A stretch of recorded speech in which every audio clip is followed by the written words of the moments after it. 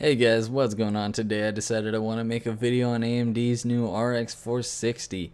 I really didn't want to make a video on this GPU because I didn't really think it would be that impressive, and lower end GPUs aren't really worth your money, but the RX 460 is actually a pretty cool little card.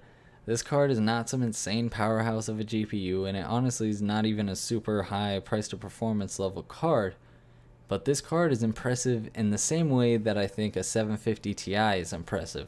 The power draw is really low and the performance is pretty decent actually.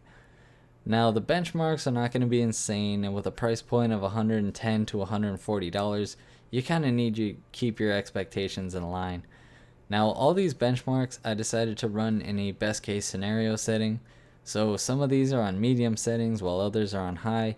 I basically did my best to get a decent frame rate while maintaining at least some level of detail. So keeping that in mind, we'll look at the benchmarks. Ashes of the Singularity on a standard preset got 32.9 FPS.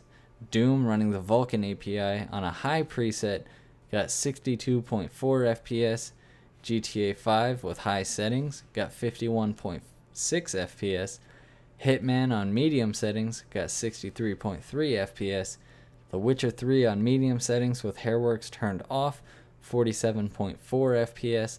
World of Warcraft on its Ultra preset got 57.8 FPS. So pretty decent. This card's not really marketed to general 1080p gaming. It's marketed as an esports card.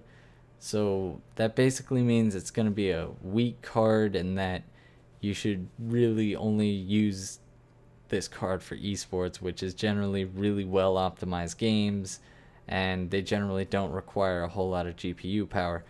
But I decided to include the esports benchmarks. All these games were taken completely maxed out settings at 1080p.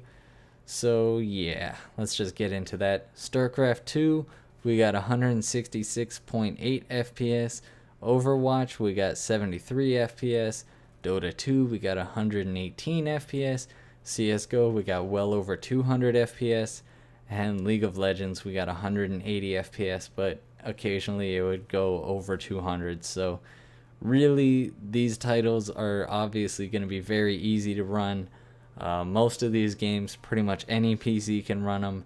I think Overwatch is the big exception. You know, it's the newer game, it requires a little better hardware, but still, this card manages to run it at a very smooth 73 FPS. So really, if you're only going to play those games, you should have absolutely no problem with this card. Obviously, this card is marketed towards those titles, but the performance in the other games are actually pretty decent. So this is a pretty decent little card. In my opinion, it's kind of a step up from consoles. It does do pretty well. Obviously, the level of detail is going to be higher than a console, and the frame rate is actually still better than a console. So this is actually a pretty nice card. But where I really see this shining is pretty much in the same scenario that I think a 750 Ti would shine. You take a pre-built Dell or HP desktop and you slap one of these in there, and you got a pretty decent gaming rig. All you need to do is maybe upgrade the power supply, and you got a pretty decent little gaming PC. In all honesty, I don't think I would choose this as anyone's, go-to GPU. Even in a budget build, I would say save up the money, go for a 470, maybe a 480. I don't really think a 460 should be your main GPU unless you're upgrading a pre-built PC, because, if you have your own PC, like you building it, I don't think you should really limit yourself on the GPU. I think you should limit other parts to get a better GPU, as that's kind of what you need for gaming. Outside of that, I don't really think I can, recommend this card, but for the people who are very entry level, and like I said, if you have a pre-built Dell or HP or whatever, slap one of these in, maybe upgrade the power supply, and I think you're going to be good. I think this is actually really nice.